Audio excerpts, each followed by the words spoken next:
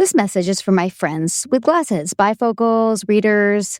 Don't you feel like it's just an ongoing problem that you need to get new glasses because they get scratched or you lose them? I actually lost my glasses in the woods the other day. That was fun. So yeah, it's good to have backups. It's good to get new ones. And it's like just another thing on the to-do list. Getting new glasses used to also mean scheduling an appointment, sitting in a waiting room, and paying a fortune. So we just squinted through scratches for years like pioneers. Yeah, that's me. I'm a pioneer. Then Zenni happened. You can pick frames online. You can upload your prescription. They ship it to your door under $30. No appointment, no store, no getting upsold at the counter. And here's the magic. At that price, you stop asking, do I really need new glasses? And start asking, why wouldn't I? Get the work ones, get the fun ones, get the pair that only matches one particular outfit. Yes, they're that affordable. And they've got over 150,000 five-star reviews and virtual try-ons, so you can see how the frames look on your face first. Honestly, I'm just mad I spent years overpaying when this existed. I just love having the options. I like variety. That's why Zenni is my NBF. If your glasses are overdue for a refresh, now is the time. Go to zenni.com/podcast and use code podcast15 for 15% off your first order. The styles sell out, so don't sit on it. That's zenni.com/podcast. Promo code podcast15. Happy shopping. Insurance isn't one size fits all. That's why customers have enjoyed Progressive's Name Your Price tool for years now. With the Name Your Price tool, you tell them what you want to pay, and they'll show you options that fit your budget. So whether you're picking out your first policy or just looking for something that works better for you and your family, they make it easy to see your options. Visit Progressive.com. Find a rate that works for you with the Name Your Price tool. Progressive Casualty Insurance Company and Affiliates. Price and coverage match limited by state law. This podcast is for informational purposes only and should not be considered legal, medical, or mental health advice. The views and opinions expressed do not necessarily reflect the official policy or position of the podcast and are not intended to malign any religion, group, club, organization, business, individual, anyone, or anything.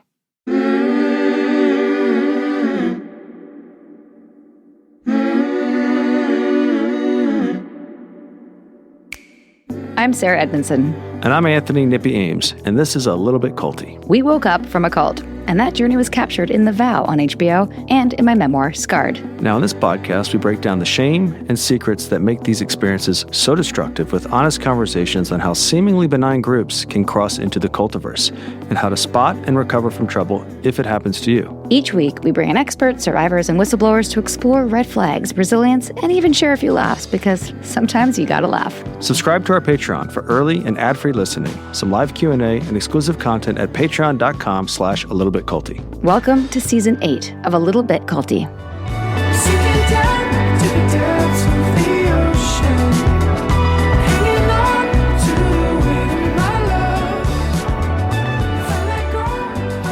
All right, so welcome back to part 2, everybody. If you did not listen to part 1 with Elise and Sam, please do so, because this part won't make sense.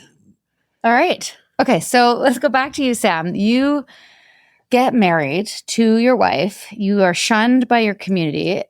How do you heal, and what's your trajectory look like? We've seen these patterns before, just so you know. Yeah, really slowly is the answer to that. And messily. Like, how old are you at this point? I am, that's a really great question. I'm mid-20s. So, yeah.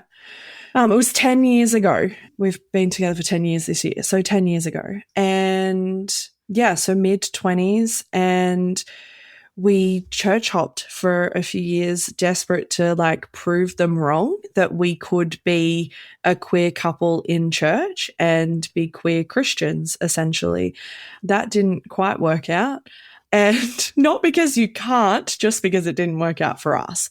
And yeah, I didn't really even have language for religious trauma until probably, I want to say about 6 years ago. And so it took me a good 4 or 5 years to even get into therapy with someone who understood this landscape and who was like, oh, so we're talking about religious trauma. And my therapist was an ex-pastor who understood the Bible, who would spend, months and months back and forth with me, just essentially ripping apart the texts that had been weaponized against me for like a decade and a half. And at the end of that, I was kind of like, I don't like any of this. And so I don't want any of it anymore. It's all kind of just really shit and manipulative and gross.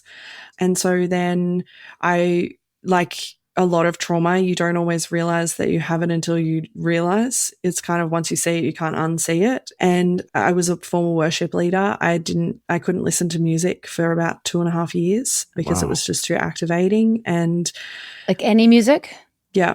I just couldn't, any of it, just like the slightest meaningful, riff or melody in it just felt too much and too close to home. And then with music, I started with all of the music that I wasn't allowed to listen to when I was a part of it. So that was my re-entry back into music, which was nice. So lots of Lady Gaga was what I started with. I was going to ask about that. That's great. Yeah. I remember the first song that I listened to was Judas by Lady Gaga, which felt very heretical of me. And I loved every second of it. That's great. Yeah. And so like lots of therapy, but it like messy is the only word that I can describe for what recovery looks like on the other side of leaving any sort of high control group.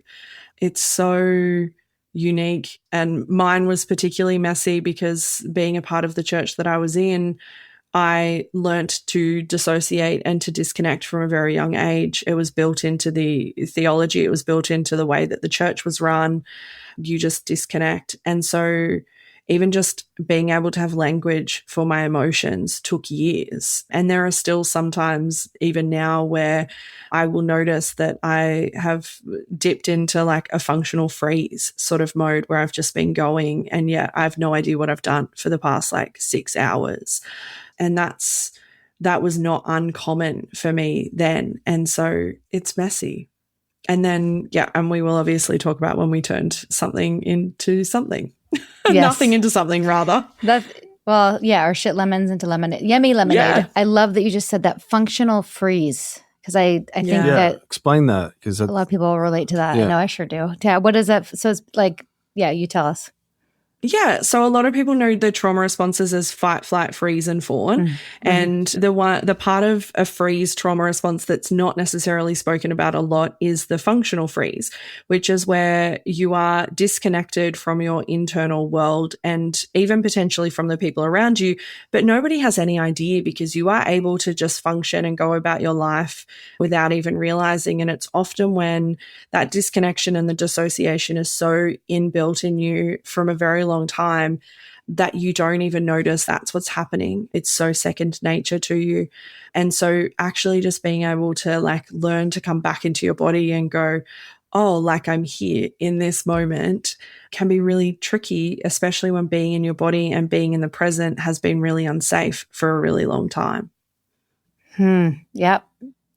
I feel like a lot of our guests have gone through that for some degree, but I definitely can relate. Well, survival, right? Yeah, ex-Nexium, just being also so busy on the hamster wheel of like filling the trainings and, suppressing our actual emotions. And people would think that we were all very functional, but we were totally disconnected. We were trained. Yeah. The other thing you said is that your therapist, what a gift to find an ex-pastor who knew the Bible and also knew some of your programming.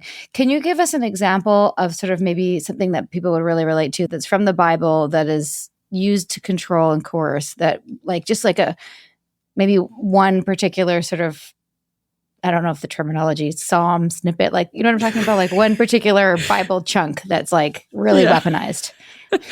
Yeah, I mean, Matthew 4:14. I don't know. I'm just making it up. I love that I can answer this by saying I don't think I could quote a Bible verse anymore except for the main ones, which is very lovely for me. I'm happy for you. But I think, for a queer person, basically anything that would be considered the clobber passages around like Sodom and Gomorrah and man shall not lie with another man like he lies with a woman. I think it's something along the lines of that. Elise actually probably knows far more about Bible verses than I do.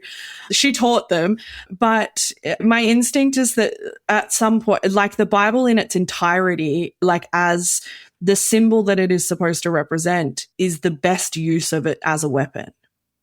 rather than individual verses, because you then see it as this inspired, inherent, you cannot question, everything is purposeful in that book, and everything is filtered through that lens. And so the Bible as a symbol used as a weapon is genius, really. Right. So That's why it never works mind so well. taking the specific things like hell or, the rapture or, certain tenets. The whole thing can be used to control and gaslight because it is the word of God. Yeah.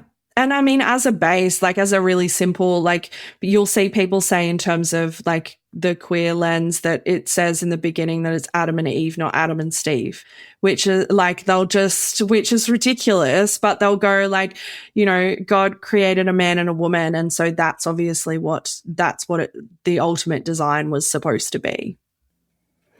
Okay, here's an inconsistency that I really can't wrap my head around because there's many consistencies, Sarah. If God created everything, like we didn't create gay people, like how does that happen? I think I've asked this before on the podcast, but I didn't get an answer. If God created everybody, why? It's our fallen nature. Yes, it's our fallen nature. So Satan created gay people. Well, when Eve bit the apple, she fucked everything up. But Eve was framed. We all know that. But she bit the apple, and then sin came into the world. She was framed by God because he basically put the snake is just a pawn in here. And so the tree is in the middle of the garden. Yeah, exactly. The tree is in the middle of the garden. They're told that it contains all of the knowledge of good and evil, and they can't take the fruit off that one tree, but then everything is predestined. So then God knew that Eve was going to take the apple and bite the apple anyway, and then sin came into the world, and so Eve didn't have a fucking choice. So it's God's fault, basically. So God's a director and he's blaming the actors. Yeah, pretty much. Yeah. Could this episode be called God's a Dick? Yeah. Yeah, we would approve. No. We would approve. Okay, maybe it could. I mean, look, this God's a dick. I have other complaints about this God is a dick. I don't know if God's a dick, but this God in this church is definitely a dick. But I don't know. I mean, I have other time will tell. Like, why does he put the two pipes in your throat where you can swallow food down the wrong pipe right next to each other? Like, that's always one what's going on there? It's a great question. Why would he even make that an option? Like, why would you be able to? Why are your organs right next to your sexual organs next to your septic tank? Yeah. Also weird. Yeah. There's a lot of weird things. I mean, his designs are a little bit off to me. I would have designed. Or her designs. We don't know. Or fine, whatever. Or maybe they're asexual. Who cares? Their designs. Yeah. Okay. Yeah. So. Anyway. Okay. So we've covered a lot here. That's great. Thank you for that. I really enjoyed that. Elise, you walk out. You knee the guy in the balls, in my vision of it all. Yep. Right? And you walk out. What's your healing journey? Guys are taking a lot of shit right now. Sorry, man. Taking a lot of shit right now. It wasn't you. Don't take it personally. You're one of the good ones. Okay. Thank you. Can you imagine if maybe you turned into a pastor and started preaching the word of God? There's no way I could do it. There's no way I could do it. First of all, I couldn't stop cussing, so that would eliminate me. Total sidebar. Nippy was baby Billy from Righteous Gemstones for Halloween a few years ago. Yes, and I was what's baby Billy's wife's name? Which one? Woman. You said woman. No, the woman. No, you said go on, girl. The one with the red hair that was sort of pregnant all the time. They had the baby in the. Jenny? Yeah, something like that. I'm finding you a picture while Nippy talks because you have to let this. So Nippy would walk around. She had the baby in a portaloo. Oh, that's Jesus right. God. You did watch that show, right? Yes. Yeah. I think it was the best show on television. What are you doing? I'm trying to find that picture to show them. Oh my gosh, that's so good. I killed it. Yeah. And he's walking around going, "What's the baby Billy thing?" That is a really good 80s porn star suit. Yes, and he's walking around going, "Baby Billy, Baby Billy, Baba Bonkers." Anyway, Baby Billy's Baba Bonkers. Such a good show. Big plug for Righteous Gemstones. Go on now. Yeah. Go on now. Okay. So, Elise, how was your healing journey? What'd you do to get your life back? Yeah, I had actually started during those 2 years that I was still at church. So I had also landed in a counselor's office who happened to understand religious trauma. I Great. didn't understand it then. I didn't have language for it, so it wasn't something I was looking for. I did find out later on it was actually quite rare that I managed to accidentally do that. But she was really helpful in helping me to question things and to find safety in being able to ask questions while I was still trying to show up in church. So being able to actively work with someone to go, I went this Sunday and this is what happened. These are the conversations. This is how I felt. And I went to her to try and recover from the assault. It wasn't even that I was thinking about changing beliefs or anything like that. But as she helped me in recovering from the assault and connecting back to my emotions, how I felt about that, what was going on in my body, I began to realize quite quickly that I was having those same kind of responses when I was sitting in church. I was listening to these messages about God and going, hold on, God sounds exactly like my abuser. And that was kind of the moment for me of going, one, it's also why I have a chapter in my book that says God was a narcissist, because it was essentially just seeing all of these traits mirrored in this version of God that I had been handed my whole life, but having a space where I could slowly and safely work out, what does that mean? Being able to essentially undo the belief that the Bible was inerrant was really important for me, because until I could believe that I didn't have to follow the Bible, I didn't feel safe to question anything, because that would just mean that I was going to end up in hell. So it was this really long process, and leaving the church was actually not the starting point for me. It was kind of when I found the freedom that I'd been looking for the last few years. Before we hear from our sponsors, just a quick reminder. Our book, A Little Bit Culty, Navigating Cults, Control, and Coercion, is officially out and available on Amazon. Signed pre-orders have closed, but you can still get your copy today. This book is the culmination of 5 years of conversations, interviews, and research. Everything we've learned about how people get pulled into high-control groups and how to avoid, escape, or heal from them. If you've been listening to the podcast and want a deeper go-to resource, this is it. Available now on Amazon in print and as an ebook for Kindle. And yes, the audiobook is coming soon, narrated by us. Just search A Little Bit Culty and grab your copy. Do it. Thanks, everybody.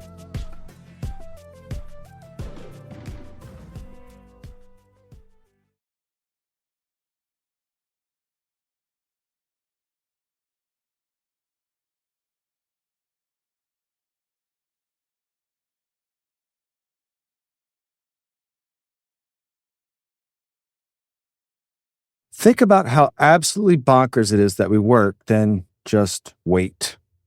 Then eventually get paid, like we collectively agreed to this insane deal. Meanwhile, you can get literally anything else instantly. A pizza in 30 minutes? Done. A book? Ordered. But your own money that you already earned? Sorry, you have to wait 2 weeks like it's 1987. EarnIn's been fixing this for over a decade. Access up to $150 a day of money you've already earned, up to $1,000 between paychecks. Optional tips, standard transfers in 1 to 2 days with no mandatory fees. Expedited transfers are just $3.99 to $5.99. 5 million people have already made the switch, which means the old way is starting to genuinely look weird. When I was living in New York, I had to wait 90 days to get my paycheck. Download EarnIn on the App Store or Google Play. Spelled like earning money without the G. Type in A Little Bit Culty under podcast when you sign up. It'll really help the show. EarnIn is a financial technology company, not a bank. Access limits are based on your earnings and risk factors. Standard cash outs take 1 to 2 business days with no mandatory fees. Expedited transfers available for a fee. Tips are voluntary and don't affect the service. Available in select states. Terms and restrictions apply. Visit earnin.com for full details. Summer wardrobes are so weird because you end up wearing like 5 pieces on repeat while everything else just sits there, quietly judging you. So why not make those 5 pieces actually great? That's the whole thing about Quince. They nail elevated essentials, the kind of stuff that feels intentional without requiring a PhD in styling or a second mortgage. Their linen pants, for example, start at $32 and become your summer uniform. Soft denim, organic cotton sweaters for layering when evenings cool down. Simple pieces that work together because they were designed that way, not because you got lucky. And I love their 14-karat gold jewelry, the kind of thing that makes even the most effortless outfit feel like you actually tried, which you didn't, but nobody needs to know that. Everything's 50 to 80% less than other brands because they skip the middleman and work directly with ethical factories. So you're paying for quality, not some brand's fancy marketing budget. I've been loving all of their basics for my summer travel. I have this cute crossbody black leather purse that matches my little black backpack, which sometimes my kids wear and then I wear, and we all look cute in it. I also have an awesome, super soft matching sweatshirt and joggers that I've worn for every single leg of my flight, including the 6 hours from Halifax to Vancouver, because they're kind of like pajamas, but they're also elevated, so I still look like I'm not traveling in my PJs. And they've also got incredible home stuff, bedding, kitchen essentials, furniture. Basically, Quince gets that you want your whole life to feel intentional without actually having to work that hard at it. Make your summer wardrobe feel easier. Go to quince.com/culty for free shipping on your order and 365-day returns. Now available in Canada too. That's QUINCE.com/culty for free shipping and 365-day returns. Quince.com/culty.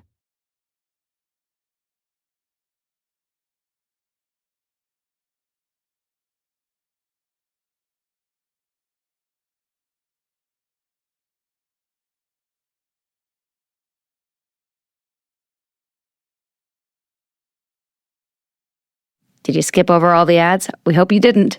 Thank you to our sponsors, and thank you for listening. Now, let's resume our culty combo. Amazing. And then both of you became therapists or counselors.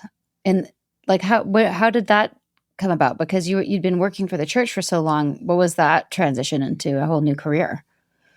Yes. So I was already a qualified counselor, and then ended up being convinced that was not what I should be doing with my life. So I had done that qualification before I started working for the church, and then was never able to use it. So then I ended up doing some more professional development. I also became a certified coach and a mental health practitioner because I really wanted to be able to offer people what my counselor had offered to me. Because and I'm sure Sam is the same, when we looked for this kind of out in the wild in Australia, it really didn't exist anywhere. Right. I saw that in your intake form that Australia and New Zealand, the cult recovery landscape is very different than in the US and Canada. And there's so many cults, so that's pretty crazy. Well, it's hard to put language to all this, right? So when we started, kicking the tires on some therapists, I could tell by the questions that they were asking, they didn't really understand that they were looking at. No. At all. And until we found the right ones, but yeah. Well, which tells you that there's, the volume, either there's not competence in that field, or the volume of cases hadn't come out yet where people would create the actual need for it, right? Like there hadn't been enough cases where people go, okay, this is something different. We need to develop some sort of practice that addresses this. I guess you guys are the catalyst for that. Did you meet in this space, Sam and Elise? Like, how did you meet each other? Like, where did you meet in the journey? Yeah, so we met 2 and a bit years ago, and there was a third person as part of RTC who has recently stepped back, and so now it's just Elise and I. But we all kind of just went looking for who else is working in this space. We were very aware that we were lucky and that we had found someone who had this language when we went to a therapist about it. And what we continually kept hearing from the people that we were working with was that was not the case for the vast majority of people. We were the rarity here, and we went looking for who else is working in this space, and we all kind of just stumbled upon one another in very awkward fashion. And then we kind of was like, there is so few people who understand this landscape. There are slightly more people who understand religious trauma, though that's still very slim. I we still have this to this day. I've had practitioners say directly to me, religious trauma is not a thing. It's just people using religion to hurt you. And I go, well, we don't say that about any other kind of trauma. We don't say that sexual trauma is just people using sex to hurt you. Right. And so why are we doing that in this Why instance? would they want to do that? Why like, because it just gives an extra context for therapists to understand the specific type of trauma. Why wouldn't they want that? I don't understand. Yeah. I mean, I think the instinct is that like screening for or even asking about base level of religion is just not standard practice for practitioners. And most of the time when I've spoken to other practitioners about it, it is very much, I'm scared. I'm scared to ask someone about their religion because what if they think it's offensive, or what if they think that I'm anti-religion or something like that. And so it's not standard practice to ask about religion in the same way that it is about culture or any other part of a person's worldview. And so with that in mind, they're missing a huge piece of the puzzle in terms of like, even just not necessarily about religion, but just how was the world viewed in your home growing up? Right. Like, what were you taught about the world? Any sort of like ideological questions are just not part of the initial questions that you're supposed to ask a client when they're in your room. And That's so that's the reason it should exist. I mean, it's another guardian of the gate for religion, and the fact that they've inoculated really so many people to not question it, and then have therapists not feel comfortable questioning something that obviously needs more questioning. Yeah. So you guys are that's good that you guys can normalize questioning religion. Yeah. And that's a huge part of the recovery too. Yeah. Listen, I mean, the thing about questions, which is so valuable, is like, if you're asking questions to something and it's good faith, the questions will evolve the religion to be something that they profess that they are, or it will expose that they never were that, right? So you could present yourself as advocates of religion, sort of, not really, but like, well, I mean, that would be a way for you to go. I don't think we've ever used that language. Well, I mean, I say that air quotes because if a religion is a good faith place, your questions will strengthen the practice. I mean, I find that most of them are not. Yeah. We will often say we're not anti-faith. Yeah. Maybe the people are, but I think ultimately the higher up the food chain you get, there's some sort of power that people want to maintain. In most structures, I imagine too, you probably run into that in your field too, that like, oh, we have someone who's putting religious trauma, that means less business for us, perhaps. I don't know if you've run into that or not, but I always question the top of the hierarchical chain when they don't want other questions to be asked. Yeah, absolutely.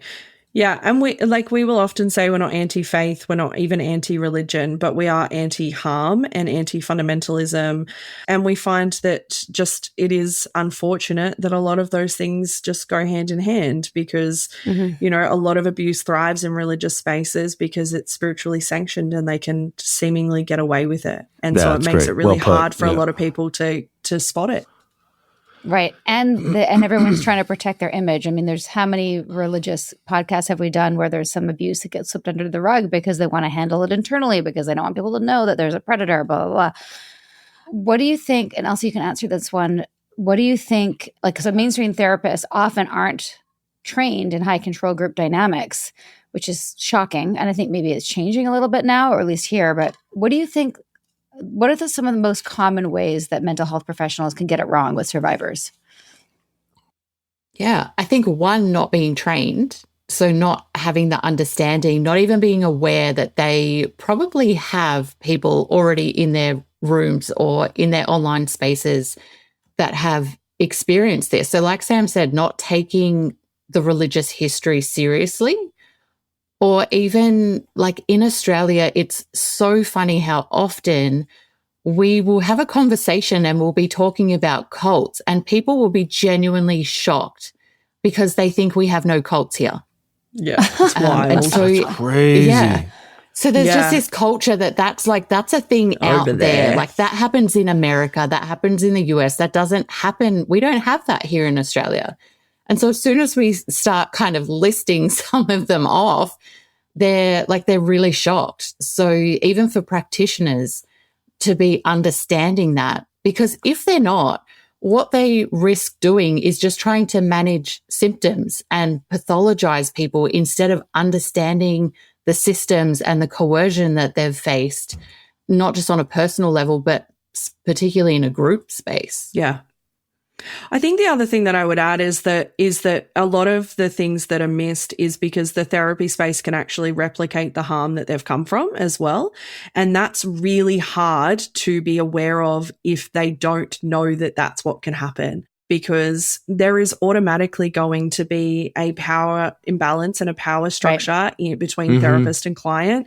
And if the therapist is not aware of the dynamic that they have come from, they can inadvertently re-traumatize and create a whole lot more harm by not being aware of that dynamic, not being aware that some of the stock standard things that they are taught in terms of how to work with clients around meaning making and particular modalities can be really activating for those people. And so if you don't understand the dynamics, then not only do you not know what you're working with, but you also don't know how to risk re-traumatization for those clients either.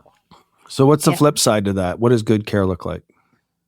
Oof, I think good care looks like understanding that and actually putting the time and effort into your own professional development as a practitioner, to be able to understand what's out there, to be able to educate yourself, to connect with other people that are doing that kind of work. And so at the Religious Trauma Collective, that's what we are essentially trying to do, is to not just create a space for survivors to find a practitioner, but for practitioners to find resources and training for themselves. Like even things like needing to understand the difference between exiting a cult or a high control church versus just exiting a group that you don't want to be in anymore. Because if there's not this understanding that actually they're leaving behind a whole worldview, they are potentially leaving behind financial security, they're leaving behind family. And so sometimes the kind of responses would be, well, if you don't like it, just go. Right. Yeah. Let's make a plan for how you can go without understanding the consequences of that. Yeah, that so demonstrates your ignorance. Yeah, that comment. We hope that you'll put this new book in your resource list for your therapist, because there is a whole section on leaving and how to leave and getting safe and restarting your life. And we'll hope we answer at least that question. And I think that that's our little plug. But I think that if there's somebody listening who maybe is a therapist or in this space and doesn't have this education yet, and obviously we'll put the link to your collective in the show notes and whatnot. But if we're going to give somebody just like a little appetizer buffet, for lack of a better metaphor, of like some of the things that survivors would experience across high control spaces, cults, religions, whatever, of coercive control, like what are the sort of like key things that need to be deconstructed in terms of like authoritarianism, us versus them, binary thinking, like that kind of stuff? Yeah, I think all of those things, thought reform, thought stopping, like mental gymnastics, like cognitive dissonance, like loaded language, that sort of thing would all function. Like, I think even like looking at and understanding coercive control from a group-based perspective as well, understanding the sideways control that happens in those spaces, that it's not just a top-down control, that actually the most effective control in those groups is the sideways control. And I think that gets missed a huge amount, is that they look at coercive control and they see it from the purely domestic violence framework, which is great information, but it also misses some areas in terms of that. And the sideways control is the biggest part of that, I think.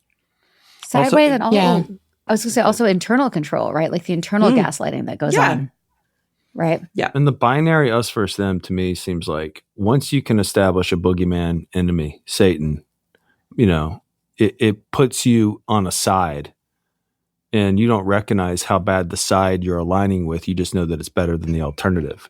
I look at right now, like the political divide in our country, people like they're trying to get you to be tribal against each other. right? And not recognizing that, there's a poison on both sides. And then if you don't pick a home politically, you're in the crossfire of these groups. And it goes on in all the factions right now. And it's tribalism, and religion creates tribalism. It's God versus Satan, but that's still tribalism, right? Mm-hmm. Yeah, absolutely. And I think it's even, it's enhanced when the enemy is something in the cosmos, because that it's enemy abstract. is still, it's also there at 2 a.m. when you can't go to sleep because, you did something bad, quote unquote bad. It's not just an enemy that's like, 100 Ks away or miles away, and that you can feel safe when you're in your home. There is no safe space when the enemy is internal. It's always on. Yeah. Let's take a little break from the cultiverse. Here's a word from our sponsors.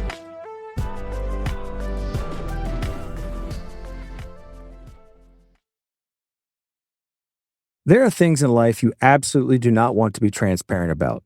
Your swimsuit, your search history, that time you cried watching a commercial, but your wireless bill? Transparency is everything, which is why Mint Mobile is basically a breath of fresh air in an industry built on confusion and gotchas. No hidden fees, no introductory rates that explode after 3 minutes, no mysterious charges that make you question your life choices. Just straightforward $15 a month, all plans, even unlimited, high-speed data, unlimited talk and text on T-Mobile's 5G network. That's it. That's the whole thing. You bring your current phone, keep your number, pick a 3, 6, or 12-month plan, and suddenly you're not hemorrhaging money on wireless anymore. Sign up online and boom, you're done. I know it sounds too good to be true because we've all been trained by carriers to expect the rug pull. But nope, just actually $15. Honestly, my only regret is spending years overpaying when this existed the whole time. To get your new wireless plan for just $15 a month, go to mintmobile.com/culty. That's mintmobile.com/culty. Cut your wireless bill to $15 a month at mintmobile.com/culty. That's it. There's no catch. Upfront payment of $45 for 3 months, $90 for 6 months, or $180 for 12 months. Plan required, $15 per month equivalent. Taxes and fees extra. Initial plan term only. Greater than 50 gigabytes. May slow when network is busy. Includes up to 20 gigabytes hotspot. Capable devices required. Availability, speed, and coverage varies. See mintmobile.com. This episode is sponsored by BetterHelp. BetterHelp's 2026 State of Stigma report surveyed 2,000 Americans and revealed that 85% of Americans believe getting support is wise. Yet 74% say society discourages people from doing so. If you've been listening to our pod for a while, you know that we talk about mental health constantly. It's great. Mental health, especially when you're leaving a cult or high control group, is important. We definitely recommend therapy to our friends, family, basically everyone, but sometimes we can forget ourselves. Asking for help is still weirdly hard, even when we know it's the right move. BetterHelp's research actually confirms this gap. We believe in therapy, but we don't actually do it. It's a very on brand for us as a society. But here's the thing. BetterHelp makes it so easy. Over 30,000 licensed therapists have served 6 million people, and their average rating is 4.9 out of 5 based on over 1.7 million actual reviews. They do the matching work for you with a short questionnaire and have been doing this for over 12 years, so they typically get it right the first time. And if they don't, switch therapists anytime, no judgment. Sessions happen online whenever. No scheduling nightmare, no driving across town, no more excuses about why you can't fit it in. Take the advice we've given everyone else. The hardest part is just starting. Don't let stigma stand in the way of support. Start therapy with BetterHelp. Sign up and get 10% off at betterhelp.com/culty. That's betterhelp.com/culty. Your space should feel like you. And if it currently looks like a college dorm room mixed with stuff I inherited from people I don't even know and maybe Facebook Marketplace, well, that's a budget problem, not a taste problem. Enter Wayfair, which understands that good design doesn't require selling a kidney. We've used Wayfair every time we need a refresh. I'm always amazed how easy it is to order, and the deliveries are fast and seamless, and the quality is superb. Friends, if you're wanting to replace an item in your home, Wayfair should be your first stop. Yes, we order from Wayfair all the time, and honestly, you should too. Wayfair Verified is basically their team of product nerds hand-testing everything with a 10-point inspection. So you're not buying some chair that looks great in photos but feels like sitting on a bag of regrets. Everything's in one place. Seating, grills, lighting, storage, rugs. No more bouncing between 17 stores trying to find pieces that actually vibe together instead of looking like a ransom note. And assembly, they handle delivery, installation, putting it all together. You just pick stuff and they deal with the soul-crushing instruction manuals written by people who hate joy. Plus, 20 million 5-star reviews means you're seeing real people in real homes, not some magazine fantasy. Real feedback from real humans who aren't professional stylists. Ready to upgrade your home for way less? Head to wayfair.com right now to shop all things home and get your space ready for less. That's WAYFAIR.com. Happy shopping. Wayfair, every style, every home. Thank you for listening. Now, let's dive back into the cultiverse. Yeah. That's a really good point. Yeah. I'm just curious what you think about the deconstruction space. And do you see similar patterns arise of people sort of recreating similar patterns in the aftermath? Can I speak to that a little bit? Either one of you? Yeah, I think it can definitely get messy after because we are still carrying so many of those internalized kind of not just messages, but those internalized triggers of, I don't want to be silenced again. I don't want to be forgotten again. I want to have my space and I still want to connect to meaning. And so like we would often say that this space can be fraught, but it's usually because you've got a whole lot of really passionate survivors wanting to do really good work. And so it takes effort and it takes a lot of personal recovery still, like never feeling like you've made it and you've fully recovered, but learning how to actually be in connection with other people in a way that's going to feel supportive, and also knowing for yourself when you need a break, when it's okay to kind of stop and take a breath. But yeah, it can definitely get messy. It can tend to recreate some of the same systems and dynamics. And I guess that's kind of what everyone that's collaborating in this space needs to be aware of. Yeah. What would you say are sorry, go ahead. No, that's okay. What were you going to say? I was just going to say, I think you have to remain on in terms of thinking critically about the spaces that you're engaging in, because, particularly in the deconstruction space, it's very easy to see that, like, particularly like religious deconstruction, that the same people are being platformed, the same people are still being given voices. And yes, they might be saying better things, but it's still the same people. It's still the same demographic. It's still usually straight white men. And yes, they're saying better things, but we're still not giving voice to, BIPOC people. We're still not giving voice to queer and trans people. Would you say those are because those are the pastors, right? Like those are the male pastors that were the leaders and now they're on the deconstruction space and they're still being the leaders. Yeah. Is that what you're saying? Yeah. And I think also they're just the automatic people. Like you might leave the space and you might leave the group, but it takes effort and ongoing time and energy and recovery to actually unlearn the ideology that was attached to those groups. And so it's still very easy years down the track to realize, like, fuck, I still think in very black and white thinking. Like I'm still like reverting back to that.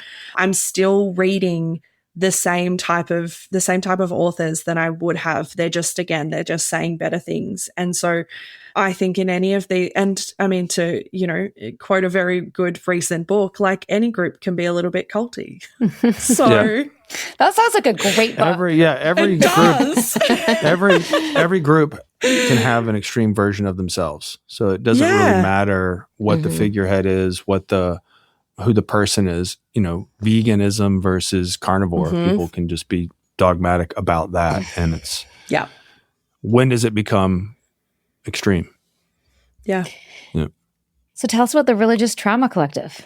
What's the mission? What are you doing? Do you have a program coming up? We are the Religious Trauma Collective. Currently, spoilers, we are rebranding. We are keeping RTC, but we are rebranding to Religious Trauma and Cults. And the reason that we're doing that largely is because religion doesn't own the monopoly on coercion. That can exist anywhere. And whilst our personal experience is religious trauma, it is certainly not the only demographic that we are seeing come across our paths and in our clinics. And so we are broadening out, and I'll let Elise talk about what RTC is. Yes. So RTC, we're quite a few things, actually. So we have a practitioner registry where survivors can just jump on our website. They can find a whole list of different practitioners that work with religious trauma and or cults from Australia or New Zealand. So there's also a whole lot of resources, a whole lot of links to other people's resources on our site. We run support groups online for a whole lot of different spaces. But really, like Sam said, we want to make sure that our work is expanding to include any high control group, whether they're religious or not religious, because as our new tagline will say, no group is exempt and no survivor should be excluded. Yeah. Amazing. And we have an event coming up. Tell us about the event. Yes. So this is our second annual event. It is a all online 3-day pre-recorded. We have 18 sessions with some incredible speakers across Australia, New Zealand, and with 3 very extra special US speakers. So Dr. Hilary McBride, Tia Levings, and Ashley Buckner, Great. which we're really excited about having them on board. And so we have sessions ranging from hell and the rapture, not the hell, indoctrination, all the way to legislation in our current, there's a state inquiry into cults and fringe groups, all the way into talking about humor and pop culture in recovery, where we, unsurprisingly, also talk about the righteous gemstones. Amazing. And so there is like we kind of designed it so that we think there is something in there for everyone. And yeah, it's like one of the highlights of our year. We love putting it together. Where can people sign absolutely. up? And the registrations are open now, so they can sign up on our website, and it's also free for the first 48 hours to watch it. Yeah. Incredible. Yeah, the accessibility was really important for us. The dates? Yes, 19th to the 21st of June. Great. And yeah. We also have a private Facebook group connected to the event as well, so people can connect and ask questions and things like that. That was also important for us to be able to give people space to connect with one another. Fabulous. I was actually going to say, have you connected with Tia Levings? Have you read this book? We talked about it. Yeah, it's so good. Yes. We love this book. Love this book so much. It's incredible. Tia's a gem. Yes. Hillary is somebody we'd love to have on the podcast. And have you also connected with Anka Richter? Yeah. So I'm on the decult committee. Oh, good. Okay. Perfect. Yes. Maybe you don't know this, but we're speaking at decult. I knew that. I do You did know that. Okay. Yes. Okay. Yeah. So we'll see you there as well. I just took a bathroom break. I didn't leave the whole. I know. I wasn't sure if you saw that email yet that we are confirmed for decult and coming up in the fall. So that's great. So much fabulous stuff is happening. Anything that we didn't ask that's like super important for you to points to punch that we missed? I think the only other thing would be to just keep an eye out for some training that we are putting together. So we're putting together what we believe to be the most in-depth training for cult training for practitioners. So just for people to keep an eye out for that if practitioners are wanting to really upskill in this area. Yeah. That's great. So important. Anything else that we want people to know about the future of cult recovery globally or and outside the U.S. specifically? Like, what would you love to see? People getting trained, obviously, attending these events, filling their toolbox with some new tools. Did I miss anything? I think survivors just feeling like they're not alone and they're not the only one that's experienced this. Yes. Yeah. And I would love to see like mainstream support services. That's like the big picture. I think that would be like the ultimate dream in the same way that we have support services for, mental health, addiction, domestic violence. Like I would love to see mainstream cult support services. I think that would change the game. Absolutely. That's a great idea. Cheers to that. You have to destigmatize cult. Yeah. I think it's happening. Or use language like coercion or something that, because most people hear cult and they go, don't you feel like it's happening though a little bit? With us, within our, we're in a space that's like, that gets it. But I don't know how many people pick up a cult. It's kind of like a self-fulfilling thing. They hear cult and go, that'd never be me. So they don't pick up a cult book. So you have to put it in language. They go, oh, I've been coerced. And it goes to what I say in like half our episodes. The abuses of power that go on in cults aren't proprietary cults. They go on in relationships, religions, et cetera, governments, whatever. Yoga studios, book clubs. Yes. Baseball tournaments. Anyway, such a pleasure to meet you both. This has been so fun. It was nice to have a good giggle as well, and just think it's great what you're doing. And I hope that our paths cross again if we ever on the same continent. Yes, absolutely. It was an absolute pleasure to chat to you guys. Yeah, it's nighttime for you guys, right? Yes, it's 15:15. It's like 12:15 at night. All right. Yeah. Get some my sleep. goodness. Go to bed. Late. Go to bed. I'm sorry, No, this is it's so fine. late. No. We joked we would get up at 2 a.m. to record with you guys. So it's fine. Well, thank you This is the earliest we ever recorded, and this is the latest you'll ever record. So together we made it work. This is awesome. Thank you both. Thank you guys. We'll keep in touch. Amazing. We'll get this out right away and make sure we included all that in the show notes. And thank you for your time. Yeah. Thank you. Great. Thank you.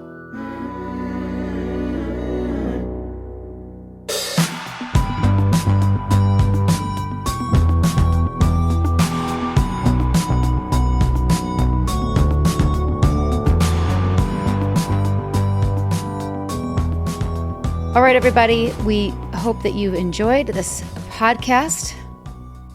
From Down Under. With the shrimps on the back. You do it. No, we're not doing that. We're not doing it. Thank you, everyone. Till next week. That's all you got? That's all I got. Yeah. Do not listen to the outro. The podcast. Are you listening to this? The episode's over. Who got here? If anyone gets here, text me. I want a gold star. I want to get promoted to the rank of coach, and I will send you a sash. All right. This is just a little We're done. Easter egg for those We're who done. got to the end. Okay, bye.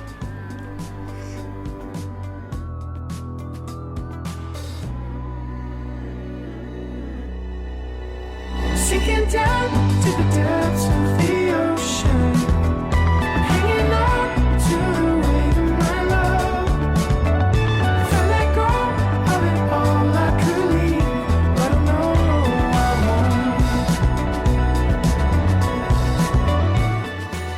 won't. We hope you're enjoying A Little Bit Culty. If so, please do show us some love. Drop a rating or leave a review. Hit subscribe on Apple, Spotify, or wherever you listen. And subscribe to our Patreon at patreon.com/alittlebitculty. Even better, send this episode to someone who needs it. Maybe they're in a cult. Maybe they're just a little bit susceptible. Or maybe they just love a good story. Spread the word, spread the love. Thanks for listening, and see you next time.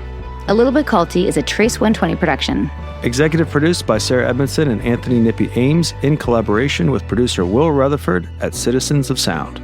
Our co-creator is Jess Temple Tardy. Our production coordinator is Leslie Dinsmore. Writing by Sandra Namoto and social media marketing by Eric Swarzinski and Brooke Keene. Our theme song, Cultivated, is by the artists John Bryant and Nigel Aslan.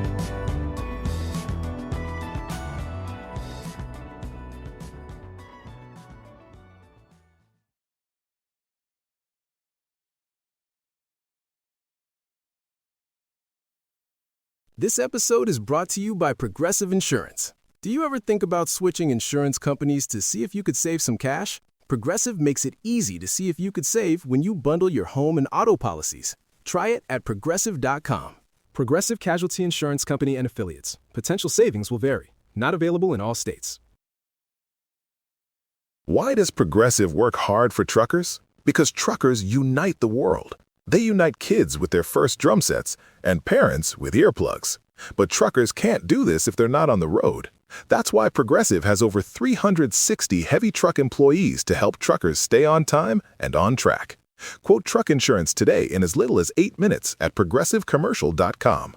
Progressive Casualty Insurance Company and Affiliates.